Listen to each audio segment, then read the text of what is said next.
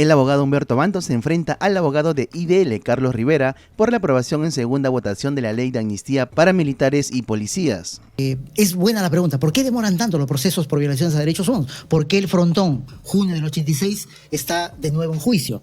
¿Por qué las violaciones sexuales de Manti Vilca del 8-4 al 9-3 recién va a tener una audiencia la próxima semana en la Corte Suprema? Me parece que no es que había una voluntad de persecución eterna y todos los días se ven procesos judiciales. En realidad yo creo que ha habido razones muy concretas. Yo acompaño la posición del one shot, un solo tiro, es lo que tiene el Estado. Bueno, acá tiene tantos tiros como le da la gana. Porque usted le cierra la investigación y la reabren, y la vuelven a reabrir, y la vuelven a cerrar, y la vuelven a reabrir, y luego hasta que no terminan teniéndolo a usted anciano, sentado en el banquillo de los acusados. Sí, yo creo que la ley responde a una dinámica política que el Congreso y las fuerzas políticas que controlan el Congreso de la República han instalado desde el año pasado en el sentido de promulgar una suerte de paquete normativo favorable a quienes estén procesados o condenados por violaciones a los derechos humanos. La norma de agosto del año pasado, la ley que declara la prescripción de crímenes de lesa humanidad, la norma de noviembre, si no me equivoco, del año pasado, que estableció la posibilidad de cumplir condenas a los condenados de más de 80 años, una modificación al Código Penal, y esta norma, a la cual debería agregar también la ley del APSI, ¿no es cierto?, que establece una prohibición de litigio ante instancias nacionales e internacionales con la cooperación internacional, de litigio contra el Estado. Por lo tanto, hay 4 normas que nos da la impresión que es un paquete legislativo que básicamente pretende establecer una suerte de dinámica política de arrinconamiento a los derechos de las víctimas y de establecimiento de ese mismo marco normativo de beneficio legal, político, a quienes han estado procesados, o están procesados o condenados por crímenes contra los derechos humanos o crímenes de lesa humanidad. Esa es la dinámica a la que responde la ley. ¿Cuestionada desde el punto de vista del marco normativo general del Perú y de la Constitución? Sí, no, de hecho, en el caso de la ley de amnistía, digamos, creo que estamos un poco repitiendo un debate que se produjo hace casi 30 años, ¿no? La ley de amnistía del año 95, junio del 95, abrió un debate político, legal, constitucional, de derecho internacional, que en su momento fue zanjado por la Corte Interamericana en marzo del 2001 con la sentencia del caso Barrios Altos versus Perú. La Corte dijo, las leyes de amnistía no tienen ningún valor jurídico y son contrarias al orden jurídico internacional. ¿Con qué fundamento dijo eso la Corte? La Corte da el fundamento en el sentido de que una ley de amnistía no solamente es una injerencia en la actuación del sistema de justicia, pero sobre todo apunta a que termina siendo una grave limitación a las obligaciones internacionales del Estado en términos de que se prohíbe investigar, juzgar y eventualmente sancionar, pero también, dice la Corte, es una gravísima limitación al derecho al acceso a la justicia de las víctimas. Y por lo tanto dice, ese no es el mandato de la Convención Americana, ese no es el mandato de la jurisprudencia de la Corte, y hace una declaración sobresaliente en el derecho internacional porque es la primera vez que la Corte se permite declarar la invalidez jurídica de una norma de derecho interno, ¿no es cierto? Y eso, en el caso de Perú, terminó generando la reactivación de un conjunto de procesos judiciales y el establecimiento de una jurisprudencia ya en sede interna, que me parecía que estaba absolutamente consolidada en el sentido de no permitir amnistías en casos de graves violaciones a los derechos humanos, ¿no? Señor Bantos, su opinión sobre lo que nos ha dicho el señor Rivera, nos ha hablado sobre varias cosas, pero por favor, denos su punto de vista sobre los temas que le parecen más relevantes y más cuestionables eventualmente de lo que ha dicho. Efectivamente la Corte Interamericana creó una obligación que no está en el pacto. Y ese es un tema que creo que va a tener que revisarse en algún momento. La posibilidad de que la Corte establezca obligaciones que vayan más allá del principio pacta sunt servanda, ¿no? El segundo punto es que... Explique para los no juristas latinajo que usó pacta sunt servanda. O sea, los estados son soberanos. Y la excepción es que se obliguen con otro estado o con otros estados. Y cuando se obligan expresamente por aquello que han puesto en el documento internacional, sea un tratado, sea una convención. Entonces, en mi opinión, la Corte ha tenido cierta laxitud en ir creando derechos, ¿no?, a partir de una norma que está en la Convención Americana que repite la 9ª enmienda de la Constitución de los Estados Unidos, que es la famosa cláusula de derechos no enumerados, que curiosamente en la larga historia constitucional de los Estados Unidos no ha sido usada nunca. Ha sido muy cuidadosa, muy cuidadosa y muy precavida la Suprema Corte de los Estados Unidos en estas actuaciones que en el horizonte latinoamericano son muy fáciles. Nuestro propio Tribunal Constitucional también crea derechos o reconoce derechos con una generosidad que, en mi opinión, habría que tener mucho cuidado, ¿no? Y por otro lado, en cuanto al comparar la situación de 1995 con la situación de 2025 supone olvidar que tenemos gente procesada por casos que tienen mucho más de 30 años. Y no es correcto cuando se dice que hay una ley que prescribe los crímenes contra la humanidad. Lo que la ley dice es que los delitos que no constituyen crimen contra la humanidad, aunque se haya abusado de la calificación, sí prescriben. Y ya, vamos a esperar qué dice el Tribunal Constitucional sobre la ley 32.107. Hasta el momento, yo he defendido la ley en el Tribunal Constitucional. Creo que el debate fue bastante amplio. Se puede coincidir o disentir, pero creo que hubo un debate bastante rico en el tribunal. Tanto más importante que es un tema que polariza los espíritus, y lo que tenemos es actitudes a veces un poquito desaforadas, un poquito furiosas, que atribuyen a quienes no están de acuerdo con esa ley una mala actitud hacia la Fuerza Armada, no. Lo cual es una presunción totalmente ilegítima. Uno puede respetar a la Fuerza Armada del Perú y valorar lo que han hecho contra el terrorismo y respetar a nuestros héroes, y sin embargo creer que han habido casos en los que se ha comportado de una manera que merece ser juzgado. Hay que decir que el propio almirante Montoya, en el debate en la Comisión Permanente, dijo que habían habido excesos, que hay que reconocer. Lo que él niega es que hayan habido... Una política sistemática. Una política sistemática, cosa que la Comisión de la Verdad se afirma en algunos casos. Pero ¿no? sin rigor matemático. Sí. Porque me corregirá Carlos, que lleva mejor la cuenta que yo, pero hay 47 casos con 800 y pico personas procesadas. ¿No es cierto? 600 y pico es la cifra. Los casos en general que hay en este pendientes. momento en trámite en la Corte Nacional. Son como 47 casos, si mal no recuerdo. Okay. Pero no es el número de procesados, es mucho menos. Era 600 y pico, 640 y algo. Bueno, el punto es que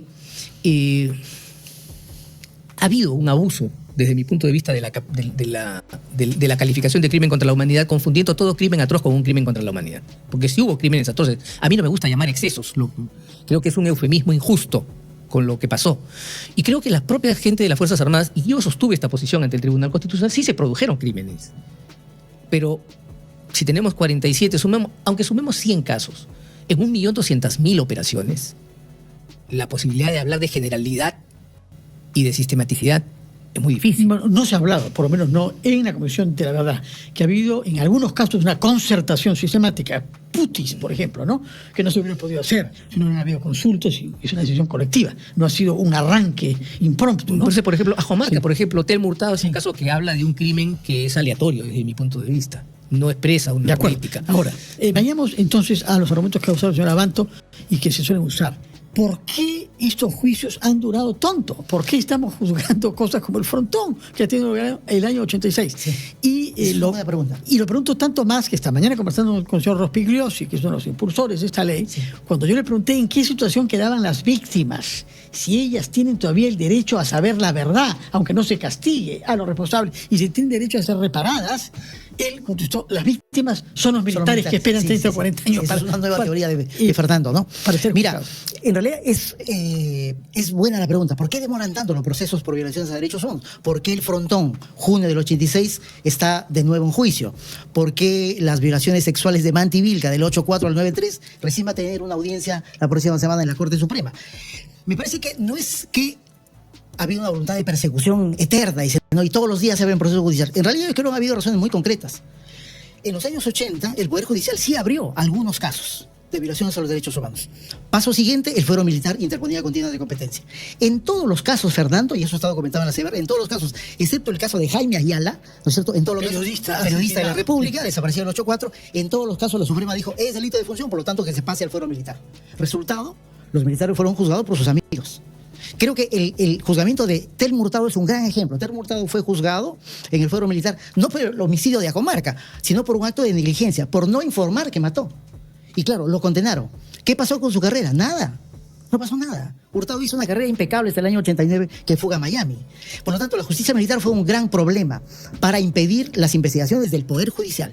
Primer problema. El segundo problema: las pocas investigaciones de la década de los años 80 fueron cerradas por las leyes de amnistía. Punto final. Las de Fujimori. Las de Fujimori. Desde el año 95 hasta el año 2001, 2002, no hay ningún caso abierto en materia de derechos humanos. Pero entre tanto han pasado 23 años. Obviamente. ¿Por qué es que no se han resuelto estos casos? Ahí viene un elemento, creo yo, uno, de complejidad de las investigaciones. Con Humberto litigamos el tema del Frontón y es un caso complejo. ¿no es cierto? Hay 30 o 31 marinos procesados, hay 133 víctimas y por lo tanto es un caso complejo, que además se ha terminado de complejizar más porque se quebró el año pasado y se ha reiniciado un segundo juicio hace 2 meses atrás. Pero hay otro elemento que corresponde al Estado. Pongo el ejemplo del caso Mantivilca. El caso Violaciones Mantivilca, sexuales, ¿no? Violaciones sexuales. Se abre la investigación en una fiscalía de Huancavelica el año 2004 y la fiscalía está durante 5 años pidiendo la información al Ministerio de Defensa. 5 años. 5 años. Para que diga quién es Papilón, quién es Rambo, quién es Tuti, quién es Lobo. Ha habido una constancia del Ministerio de Defensa de no entregar información, lo que ha generado que es un problema mayúsculo en el avance de las investigaciones. Y al hecho particularmente complejo que son este tipo de crímenes, se le aumenta esta dificultad de no tener información de quiénes son las personas. Bien, y el otro elemento, Fernando, muy concreto es el 2004. Se inicia el juzgamiento de este tipo de crímenes. En la Sala Penal Nacional se juzgaba derechos humanos y terrorismo, las dos caras del problema. En ese momento la Corte Penal Nacional tiene ¿cuántas? 15 competencias adicionales. Es decir, se ha complejizado el sistema de justicia y se ha arrinconado la jurisdicción de derechos humanos. Sí. Señor Abanto, su opinión sobre por qué es que han demorado tantos estos juicios, que es uno de los argumentos que se ha usado para adoptar esta ley de amnistía, ¿no? Y poner coto a los juicios. Bueno, hay una pobreza probatoria muy grande. O sea, en el caso del Frontón, por ejemplo, hay un afrontoso ofrecimiento de pruebas que está relacionado con que los cadáveres existen y nadie discute la existencia de los cadáveres. Pero se soslayan, por ejemplo, datos importantes como que murieron marinos, que asesinaron a guardias republicanos. Y de repente se presenta como si esto no hubiera habido, o todos hubiéramos olvidado, que hubo un motín concertado para afectar al gobierno de entonces, que estaba celebrando una reunión de la Internacional Socialista en el Perú. Y para eso se hizo este conjunto de motines organizado directamente por Sendero Luminoso, ¿no? O sea, aquí en orden las cosas. Sobre ese punto está de acuerdo el señor Rivera. Sí, Adelante. sí, por supuesto. Y han pasado 25 años. Los juicios se han quebrado no por responsabilidad de la defensa. Sobre el Frontón, 39. No, 40 años prácticamente. Sí. No, 86. pero Leo, el juicio, acá tenemos un proceso que va durando 25 años. Ha muerto el comandante Lazo Galeán y ¿no? Y otras personas han ido falleciendo en el tiempo, murieron procesadas, sin tener una decisión sobre su conducta. Entonces, lo que yo digo es, el Estado, ¿cuántas oportunidades tiene? Yo soy un defensor del derecho penal ilustrado. Yo no creo en el derecho penal del enemigo, ni esas barbaridades que se han ido proliferando en el mundo. Y la pregunta sencilla es, ¿cuántos tiros tiene el Estado? 1. Tiene un solo tiro. Yo acompaño la posición del one shot, un solo tiro es lo que tiene el Estado. Bueno, acá tiene tantos tiros como le da la gana. Porque usted le cierra la investigación y la reabren, y la vuelven a reabrir, y la vuelven a cerrar, y la vuelven a reabrir, y luego hasta que no terminan teniéndolo a usted anciano, sentado en el banquillo de los acusados. Entonces, creo que sí es importante lo que usted está señalando, Fernando. Es cómo hacemos. Yo voy a insistir en mi propuesta de la necesidad de mecanismos de justicia restaurativa. Que no existen en nuestro marco normativo. Que no están a la disposición. Es decir, una vez que estos juicios se detienen, no hay más posibilidad De la que parte las víctimas, civil, ¿no? la parte Es civil, una acción civil, pero digamos, porque no ha habido plazo, como se ha demandado en zona que se frustró, tiene todavía vigente la acción civil. Pero yo creo que la acción civil igual es un tema largo y oneroso para los familiares de las personas que murieron en estos Igual hechos. tienes que litigar. Así es. Entonces, un y mecanismo están de justicia obligadas las restaurativa. personas acusadas, aunque no se les puede condenar, a colaborar con la justicia. Claro. Y el caso dado, por ejemplo, señalar dónde están los restos de las víctimas, porque eso hay. Bueno. Hay personas que no saben dónde han quedado enterrados sus padres o sus hijos. Claro, no sabemos quiénes son, pero los cuerpos todos fueron ubicados en el caso del Frontón. Sí, no hablo sobre, por ejemplo. Ese es un caso Sí. capaz excepcional, pero en la historia de los juicios solamente ha habido 2 casos en los que ha habido un compromiso de los procesados, luego condenados, de descubrir los restos. El caso de la Cantuta, ¿no es cierto? Y el Santa, que hubo un ofrecimiento y una colaboración de los miembros del destacamento Colina. Y luego es el caso de los desaparecidos de Chuchi. Los 2 únicos casos en los que Ayacucho, hubo sí. una voluntad de colaboración de parte de los procesados condenados, ¿no?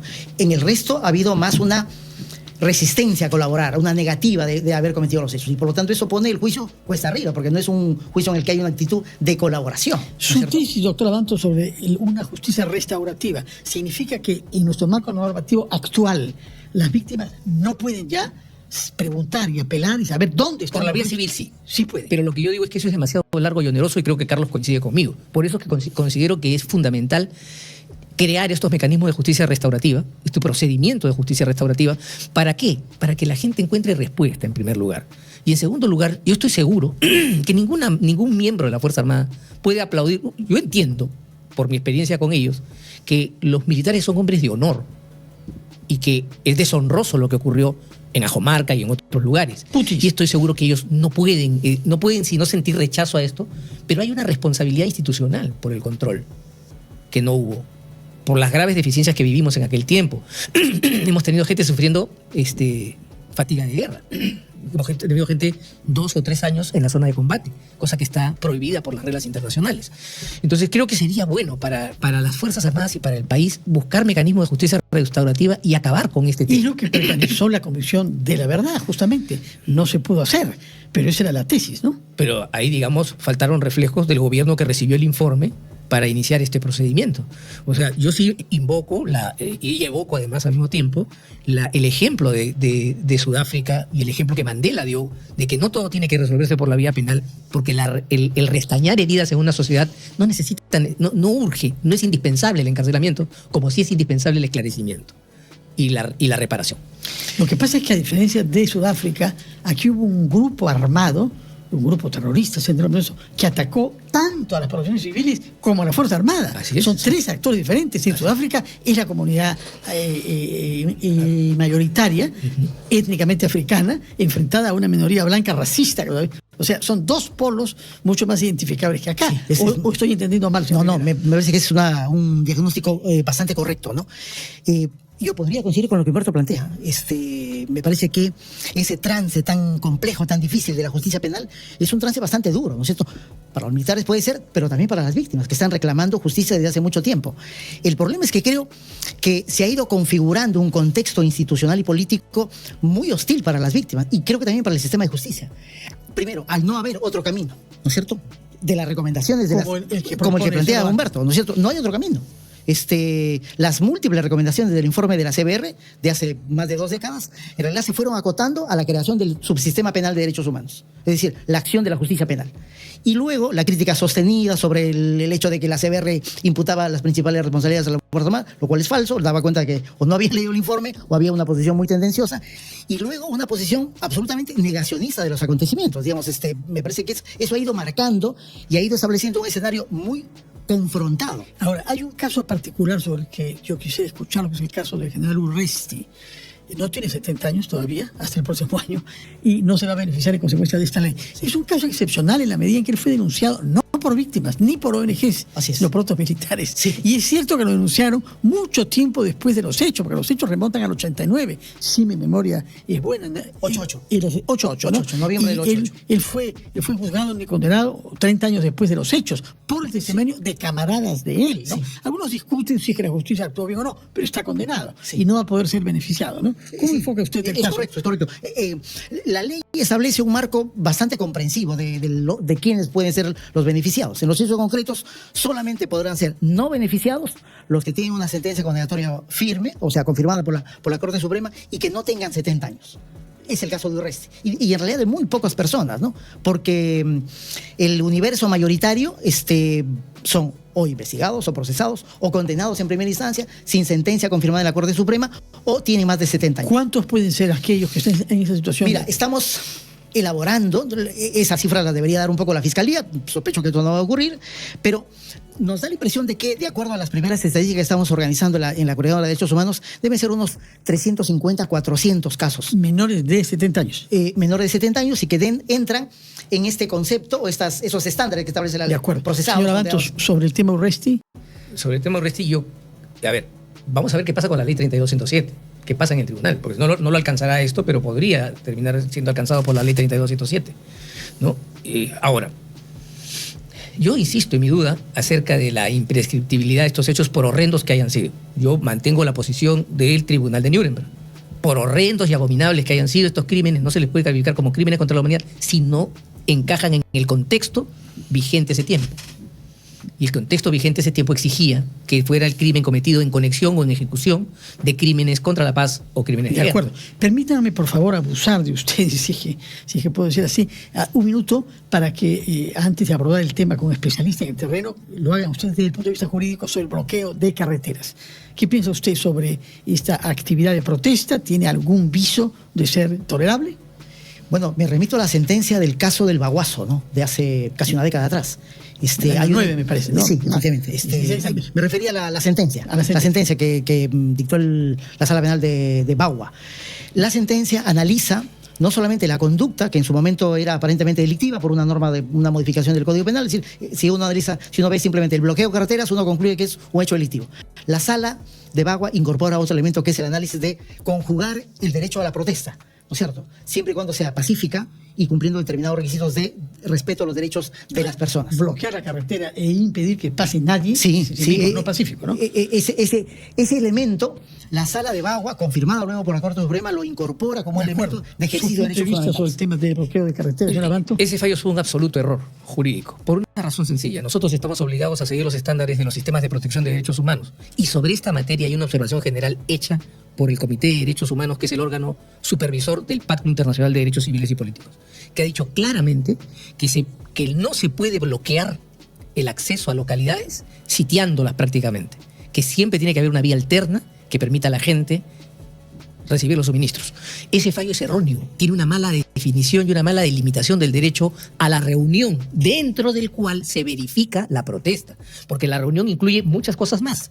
Yo puedo hacer reuniones de apoyo, por ejemplo, puedo hacer mítines de apoyo a una posición, no necesariamente de protesta. O sea, la protesta es una modalidad expresiva del derecho a la reunión. Y el derecho a la reunión es pacífico y sin armas. Muy bien, muchísimas gracias por estar acá. Muy bien, amigos de Informativo Perú, ¿qué opinas tú de este intenso debate? No te olvides dejar tus comentarios, comparte este video y por supuesto suscríbete a nuestro canal Informativo Perú.